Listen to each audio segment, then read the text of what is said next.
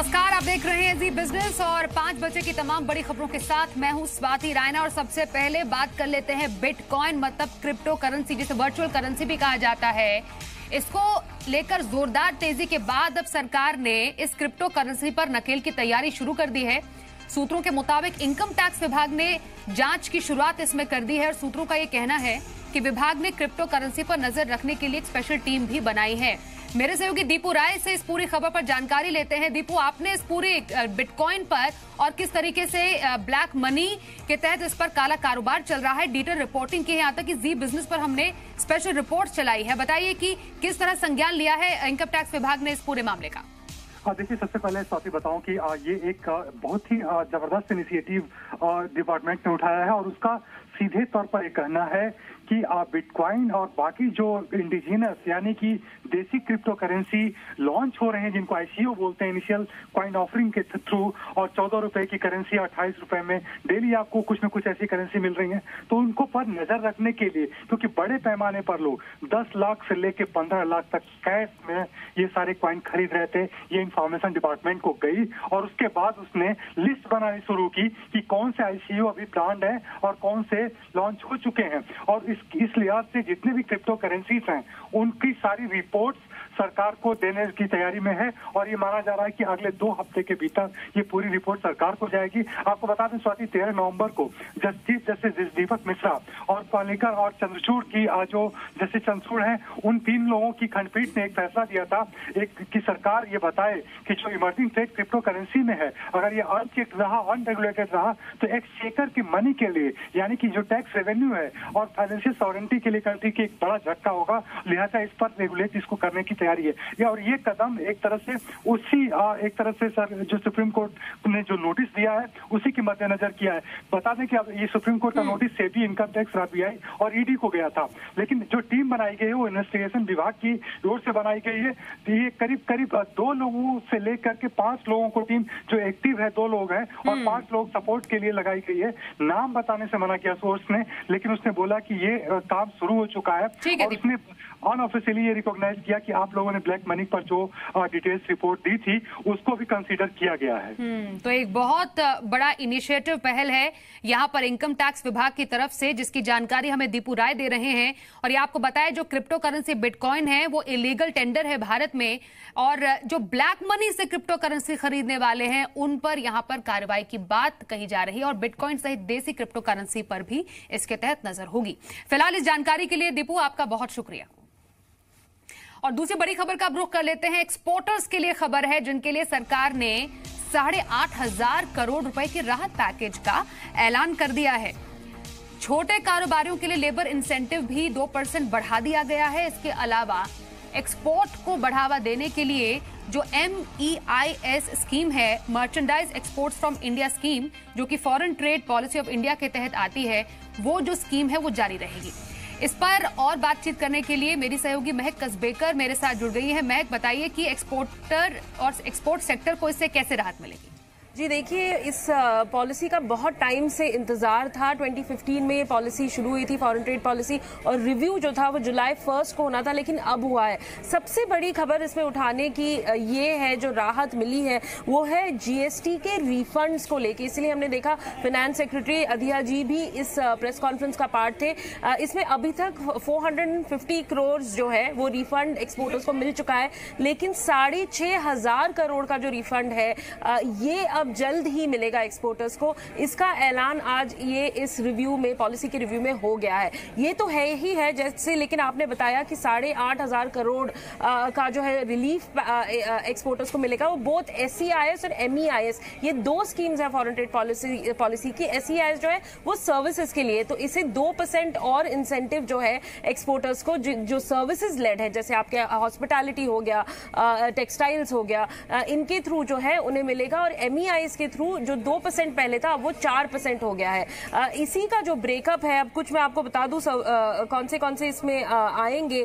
आपका हो गया लेदर, हैंडीक्राफ्ट, सिल्क के जो कार्पेट्स होते हैं, sports goods, agriculture, marine electronic components, project exports, इन्हीं सभी को अब राहत मिली है। लेकिन एक बात इसमें गौर करने लायक ये है कि कुछ चीजें जो दी गई हैं, कुछ चीजें निकाली भी गई हैं एक्सपोर्टर्स को, और काफी जो एक्सपोर्टर्स हैं इससे बहुत खुश नहीं होंगे, क्योंकि एक बैंडेज जो है लगाया गया है एक्सपोर्टर्स को। याद रखिए कि 15 महीने के बाद अक्टूबर में जीएसटी के बाद जो है एक्सपोर्ट्स पहली बार गिरे थे 1.21% से, और बहुत आगे और कुछ करना होगा। लेकिन फिलहाल थोड़ी राहत जो मेन हेडलाइन इसमें से आ रही है वो रहेगी नाजस पैकेज पर ये कि आपको मिलेंगे रिटर्न्स जीएसटी के 6,500 करोड़ जो फिलहाल नहीं मिल रहे थे। बिल्कुल, और इस वक्त की बड़ी खबर यही है कि एक्सपोर्ट सेक्टर को राहत पैकेज का ऐलान जो कि 8,500 करोड़ रुपए का है। बहुत शुक्रिया इस पर और डिटेल्स हमसे साझा करने के लिए महक आपका। चलिए अब आगे बढ़ते हैं और बात करते हैं आपके फायदे की खबर की।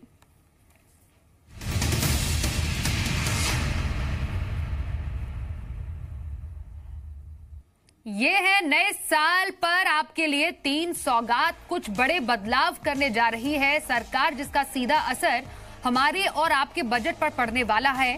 पहला बदलाव ये कि 1 जनवरी से एसी के लिए एनर्जी एफिशिएंसी के नियम बदल जाएंगे। नए नियमों के मुताबिक मौजूदा 5 स्टार वाले एसी नए साल में 3 स्टार की कैटेगरी में आ जाएंगे।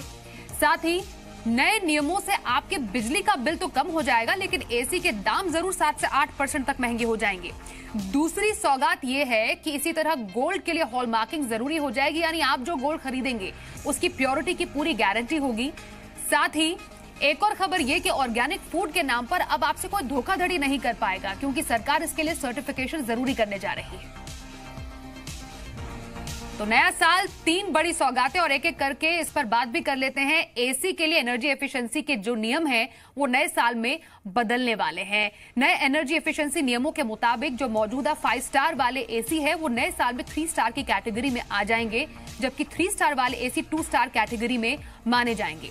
इसी तरह 2 स्टार वाले कैटेगरी को 1 स्टार की कैटेगरी में माना जाएगा। यही नहीं, कंपनियों के लिए अचानक से बिजली खींचने वाले मौजूदा थर्मोस्टेट कंप्रेसर के मुकाबले स्मार्ट कंप्रेसर रेगुलेटर लगाना पड़ेगा। और इन बदलावों से क्या होगा? एसी बनाने की लागत बढ़ेगी। एसी 7 से 8% जरूर महंगे हो जाएंगे, जो कि आपकी जेब पर भारी पड़ेगा।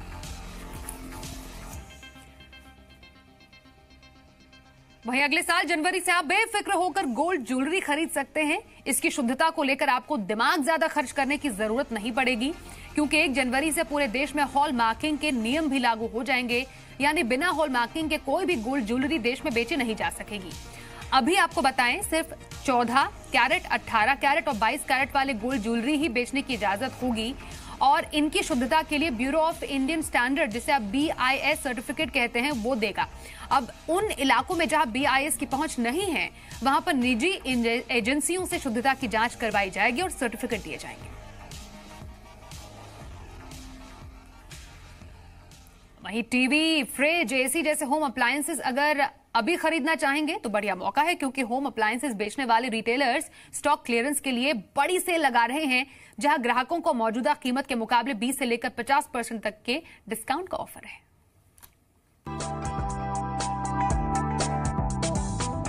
होम अप्लायंसेस खरीदने वालों के लिए रिटेलर्स फिर से एक बार हैवी डिस्काउंट वाली सेल लेकर आए हैं, जहां मौजूदा MRP के मुकाबले ग्राहकों को 20 से 50% तक की छूट का ऑफर दिया जा रहा है। जैसे फ्रिज, वॉशिंग मशीन और एसी पर अलग अलग ब्रांड और साइज पर 20 से लेकर 40% तक की छूट मिल रही है। बड़े साइज वाले टीवी पर 50% तक ग्राहकों को रियायत का ऑफर है। ग्राहकों को डिस्काउंट के साथ कम रकम पर अतिरिक्त वारंटी और सेलेक्ट कार्ड पर कैशबैक का भी लालच दिया जा रहा है। कॉम्बो ऑफर में पुराने प्रोडक्ट के साथ नए प्रोडक्ट पर भी डिस्काउंट देने का वादा है। रिटेलर्स के मुताबिक जिन ग्राहकों को पहले सेल में रियायती दर पर प्रोडक्ट नहीं मिले, उनके लिए ये बढ़िया मौका है। कई ग्राहक हमारे पास बाद में आए कि हम उस सेल में लेना चाहते थे, GST सेल में, बट आपके पास स्टॉक खत्म हो गया था या हम बाहर गए हुए थे, हम जब तक आए तब तक जो हमें चाहिए था वो नहीं था। तो ये उनके लिए मौका है। दरअसल साल के अंत में ऑफर लाने की 3 बड़ी वजह है। पहली ये कि रिटेलर्स साल के आखिर में पुराना स्टॉक क्लियर करना चाहते हैं, जबकि दूसरी वजह रिटेलर्स और कंपनियां GST के लागू होने से पहले वाले स्टॉक को स्टोर से हटाना चाहते हैं, क्योंकि 31 दिसंबर के बाद उन्हें सामानों पर पहले अदा किए वैट का क्रेडिट नहीं मिलेगा। साथ ही नए जीएसटी रेट पर सामान बेचना महंगा पड़ेगा। तीसरी वजह है कि नए साल में कई सारे प्रोडक्ट्स की एनर्जी एफिशिएंसी की रेटिंग बदलने वाली है। ऐसे में पुरानी रेटिंग के प्रोडक्ट का स्टॉक निकालना मुश्किल हो जाएगा। बेसिकली ये जो स्टॉक्स हमारे पास पड़ा हुआ है प्री जीएसटी का, उसके लिक्विडेशन के लिए हमने ये ऑफर्स चला है। अगर हम ये स्टॉक्स अभी हम खाली नहीं करेंगे तो we would be losing out almost on 13.5%। That is the VAT input that we had. Retailers के मुताबिक अब भी स्टॉक में 20 से 30% प्रोडक्ट जीएसटी से पहले वाले हैं। ऐसे में अगर ग्राहकों की ओर से शुरुआती रिस्पांस सुस्त रहा तो मुमकिन है कि साल का अंत आते आते डिस्काउंट और भी बढ़ जाए। राहुल कुमार, जी मीडिया, मुंबई। क्या ब्याज दरों में कटौती होगी? क्या आपकी ईएमआई कम होगी? बेशक जानकारी मान रहे हैं कि रिजर्व बैंक की क्रेडिट पॉलिसी में ब्याज दरों में कटौती की गुंजाइश न के बराबर है, लेकिन सरकार की सोच इससे अलग दिख रही है। महंगाई दर पर काबू पाने के बाद सरकार अब आम आदमी को सस्ते कर्ज का तोहफा भी देना चाहती है। इसलिए सरकार ने आरबीआई पर रेट कट का दबाव बनाना शुरू कर दिया है। हालांकि जीडीपी के बेहतर आंकड़ों के साथ महंगाई दर में इजाफे को देखते हुए दरों में बदलाव की उम्मीद काफी कम है, लेकिन इसमें सरकार के भी अपने दावे हैं। सुनिए।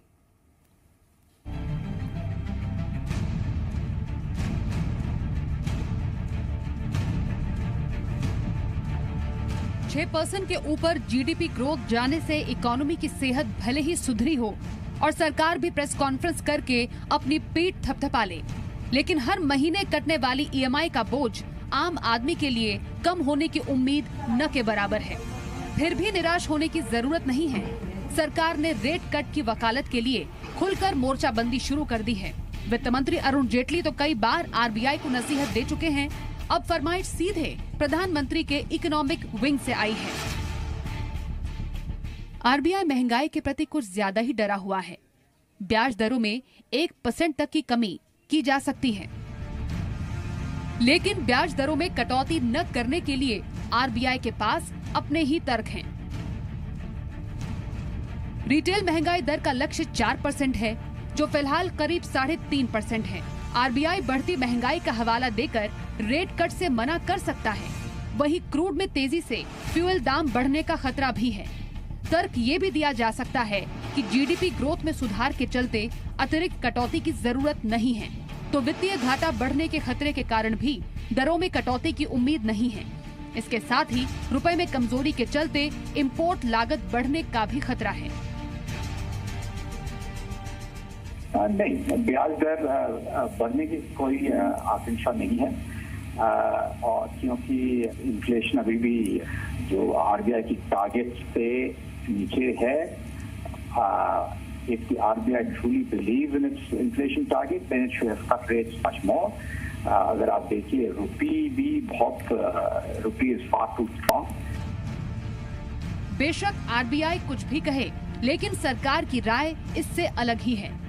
प्रधानमंत्री की इकोनॉमिक एडवाइजरी काउंसिल का मानना है कि इकोनॉमी में बेहतर ग्रोथ की क्षमता और जीडीपी ग्रोथ 8% तक जाने की क्षमता है। साथ ही पिछले 9 महीने से महंगाई 3% रही है। महंगाई में कमी के बावजूद दरें नहीं घटी, जबकि दुनिया के मुकाबले भारत में ब्याज दरें ज्यादा है। साथ ही कॉर्पोरेट टैक्स ज्यादा होने से एक्सपोर्ट पर असर नहीं पड़ रहा और फिस्कल डेफिसिट ज्यादा चिंता की बात नहीं। आरबीआई कुछ भी तर्क दे, लेकिन सरकार ने तो अपनी घेराबंदी शुरू कर दी है। रेट कट होगा या नहीं, ये तो कल ही पता चल पाएगा। अनुराग शाह के साथ ब्यूरो रिपोर्ट, जी मीडिया। और आरबीआई क्रेडिट पॉलिसी पर सबसे बड़ी कवरेज और सबसे तेज कवरेज आप देख सकते हैं सिर्फ जी बिजनेस पर। आगे बढ़ते हैं। देश भर में एलपीजी के इस्तेमाल को बढ़ाने के लिए सरकार एक अनूठी योजना पर काम कर रही है। पेट्रोलियम मंत्रालय एक ऐसी योजना पर काम कर रहा है जिसके तहत कंज्यूमर के घर में ही LPG storage facility model develop किया जाएगा और इस फैसिलिटी के बाद कंज्यूमर को पूरा सिलेंडर एक बार में खरीदने की जरूरत नहीं होगी। मतलब ये कि आपके घर में कंपनियां अपने खर्च से एलपीजी स्टोरेज करेंगी, आपको बस इस्तेमाल करना है और फिर उसके पैसे देने हैं। ये शुरुआती सोच है। इस वर्ल्ड एलपीजी एसोसिएशन की ओर से ये प्रस्ताव आई है कि कई देशों ने इस प्रकार की, जैसे हम लोग एलपीजी कमोडिटी करके ये कंपनी की जिम्मेवारी में रहेगा। एक स्मार्ट मीटर आज आ चुकी है। स्मार्ट मीटर को रीड करते हुए कंज्यूमर जितना खर्चा करेगा उतना ही वो पे करेगा। इसलिए उसको इकट्ठा एक पूरी सिलेंडर की खर्चा शायद देना ना पड़े, इस प्रकार की एक टेक्नोलॉजी आ चुकी है। हम उसको पायलट शुरू कराएंगे। दक्षिण भारत में कहर बरपाने के बाद ओखी तूफान अब गुजरात तट पर पहुंचने वाला है और हम आपको 3 तस्वीरों में ओखी तूफान का कहर इस वक्त दिखा रहे हैं। तमिलनाडु में ओखी ने भारी तबाही मचाई है और अब ये तूफान मुंबई से होते हुए गुजरात तट की ओर बढ़ रहा है। मुंबई में तो ओखी के चलते भारी बारिश हुई और आज सुबह ओले भी पड़े। तस्वीरों में देखिए मुंबई में गिरे ओले कितने बड़े बड़े हैं। गुजरात में अलर्ट जारी कर दिया गया है और एहतियातन कई जगहों पर स्कूल कॉलेज भी बंद कर दिए गए हैं।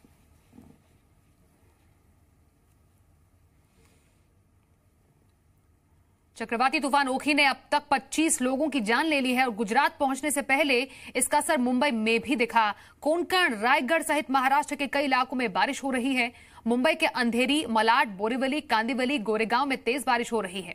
बीएमसी और महाराष्ट्र सरकार ने एक एडवाइजरी जारी की है। साथ ही मुंबई के पास मछुआरों के समंदर में जाने पर रोक लगा दी गई है।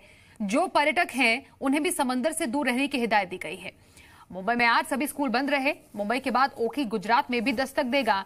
गुजरात के तटीय क्षेत्रों में अधिकारी अलर्ट पर हैं। सूरत, नवसारी, राजकोट में एनडीआरएफ की टीमें भी तैनात हैं। साथ ही सेना, नौसेना और बीएसएफ को अलर्ट पर रखा गया है। साइक्लोन ओखी नॉर्थ ईस्ट डायरेक्शन में चल रहा है।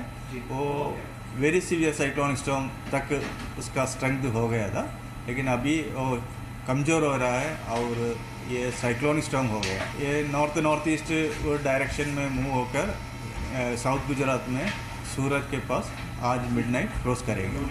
तो क्रॉस करने के पहले फिर कमज़ोर होकर डीप डिप्रेशन स्टेज में हो सकता है। और मुंबई के जुहू बीच का जायजा लिया है हमारे सहयोगी राकेश त्रिवेदी ने। ओखी चक्रवात का असर देश की आर्थिक राजधानी मुंबई में अभी भी देखने मिल रहा है, जहां पर कई इलाकों में इस वक्त भी तेज बरसात हो गई है। तस्वीर हम आपको दिखा रहे हैं मुंबई के जुहू चौपाटी की, जहां पर आप देख सकते हैं कि यहाँ पर जो समंदर है उसमें लहरें आक्रामक दिखाई दे रही हैं। काफी जो है यहाँ पर धुंध छाई हुई है। शहर जो है वो ग्रे रंग में छा चुका है। मुंबई के कई इलाकों में बीती रात से ही बरसात जारी है, जबकि कुछ इलाकों में अभी भी तेज बरसात है। हालांकि कुछ इलाकों में विजिबिलिटी जो है काफी लो है। अगर बात लोकल ट्रेन की करें तो लोकल ट्रेन जो है वो थोड़ी सी देरी से चल रही है, लेकिन भीड़ जो है बेहद कम है, क्योंकि लोग आज काफी कम फीसदी में जो बाहर निकले। ज्यादातर लोगों ने अपने घरों में ही बैठना सही समझा है, मुनासिब समझा है। मौसम विभाग का भी अनुमान है कि अगले 36 घंटे तक जो है मुंबई और इसके आसपास के इलाकों में ऐसी तेज बरसात चलती रहेगी। खास बात यह भी है कि ओखी के वजह से मुंबई में जो तापमान है वो 4 से 5 डिग्री सेल्सियस नीचे गिर चुका है और अभी जो तापमान है वो 22 से 23 डिग्री का है। वहीं गुजरात में ओखी को लेकर अलर्ट जारी कर दिया गया है। गुजरात के सोमनाथ में जायजा लिया हमारे सहयोगी संतोष कुमार ने। दक्षिण भारत में तबाही मचाने के बाद ओखी ने गुजरात का रुख कर लिया है और शाम होते होते गुजरात के तटीय इलाकों में भी ओखी का कहर देखने को मिलेगा। इस वक्त भी आप देख सकते हैं सोमनाथ में हम लोग खड़े हैं और सोमनाथ में समंदर की लहरों में जबरदस्त तूफान है। हवाएं भी तेज चल रही हैं, रुक रुक कर बारिश भी हो रही है। इस वजह से भी कुछ परेशानियां, एहतियातन सरकार ने कई कदम उठाए हैं और राजनीतिक पार्टियों ने भी इसको एहतियातन कदम उठाया। कई अपनी रैलियों को रद्द करने पड़े हैं, क्योंकि सूरत और आसपास के इलाके में इसी तरीके से लगभग आप देखें समंदर किस तरह से उफान मार रहा है। 50 से 60 किलोमीटर की स्पीड से हवाएं भी चलने का अनुमान लगाया जा रहा है। नुकसान कम से कम हो, इसके लिए एहतियातन कई कदम उठाए जा रहे हैं। हमारे साथ कुछ लोग हैं, हम इनसे जानने की कोशिश करते हैं। सोमनाथ के स्थानीय निवासी हैं, हम इनसे ये पूछते हैं तो क्या अभी इस तरीके से अगर होता है तो फिर ऐसे में लोग क्या जाते हैं समंदर के आसपास या फिर नहीं? यहाँ पे सब इन लोगों का बिजनेस यहाँ मच्छी का ही है। वो मच्छी के बिजनेस में यहाँ के लोगों ने और पुलिस तंत्र, सुरक्षा तंत्र ने अंदर जाने से मनाही किया है। 6 नंबर का सिग्नल भी यहाँ पे दे दिया है और किसी को समुद्र खेलने की भी मना की। कोई भी समंदर, क्योंकि ये अगर सोमनाथ की बात करें तो यहाँ आसपास में समंदर में मछली के लिए लोग जाते हैं, मछली पकड़ने के लिए। और जिस तरह से ओखी की हवाएं तेज चल रही हैं, तूफान है, उससे एहतियातन सरकार ने 6 नंबर का सिग्नल, मतलब आप समंदर में नहीं जाइए क्योंकि समंदर अशांत है, नुकसान हो सकता है। और अयोध्या विवाद पर सुप्रीम कोर्ट में सुनवाई 8 फरवरी तक टल गई है। सुप्रीम कोर्ट ने सभी पक्षों से कहा वो इस मामले से जुड़े बाकी दस्तावेज जल्द से जल्द जमा करवाएं। सुप्रीम कोर्ट ने कहा दस्तावेजों के आधार पर आगे से मामले की सुनवाई नहीं टाली जाएगी। सुन्नी वक्फ बोर्ड की तरफ से कपिल सिब्बल ने कहा कि मामले की सुनवाई को जुलाई 2019 तक टाल दिया जाए, क्योंकि इससे देश पर फर्क पड़ेगा। सुन्नी वक्फ बोर्ड ने सभी दस्तावेज पूरे करने की मांग भी की है। आज काफी लंबे समय बाद माननीय सर्वोच्च न्यायालय में कार्रवाई शुरू हुई। मुस्लिम पक्ष की तरफ से बहुत पुरजोर कोशिश की गई कि मुकदमा आज शुरू न हो। यहां तक कहा गया कि माननीय न्यायालय इस मुकदमे को जुलाई 2019 में सुने, परंतु माननीय न्यायालय ने कहा कि सब मामला तैयार है, सब डॉक्यूमेंट एक्सचेंज हो चुके हैं और किसी तरह जो भी आपको तैयारी करना हो कर लीजिए। और 8 फरवरी आगे सुनवाई के लिए लगा दिया है। कपिल सिब्बल का यह कहना था कि इसका जो 2019 में लोकसभा चुनाव होगा उस पर असर पड़ेगा, इसीलिए जून 2019 के बाद इस मुकदमे की सुनवाई रखी जाए। इस पर कोर्ट ने कहा कि साहब हमें लोकसभा चुनाव या अन्य किसी भी परिस्थितियों को ध्यान में नहीं रख के कानून के हिसाब से जो भी निर्णय होंगे ये कोर्ट वैसा निर्णय करेगी। क्या अदालत में निकलेगा अयोध्या विवाद का हल? इसी पर रात को 8 बजे बिग स्टोरी बिग डिबेट में बड़ी बहस जरूर देखिएगा। आगे बढ़ते हैं। सोशल मीडिया पर प्रधानमंत्री नरेंद्र मोदी की बादशाहत बरकरार है। पिछले 1 साल में सोशल मीडिया में भी प्रधानमंत्री मोदी की पॉपुलैरिटी लगातार बढ़ रही है। ट्विटर पर पीएम मोदी को फॉलो करने वालों की संख्या में 51% की बढ़ोतरी हुई है और ट्विटर पर पीएम मोदी के बाद भारत में सबसे ज्यादा फॉलोअर्स अमिताभ बच्चन के हैं। तो किसके कितने फॉलोअर्स हैं वो आप टेलीविजन स्क्रीन पर देख पा रहे हैं। तीसरा नंबर शाहरुख खान का है, दूसरा नंबर यहां पर अमिताभ बच्चन का है। शाहरुख को लगभग 30 करोड़ लोग 3 करोड़ लोग फॉलो करते हैं और इसके बाद इस लिस्ट में सलमान खान, अक्षय कुमार का नंबर है।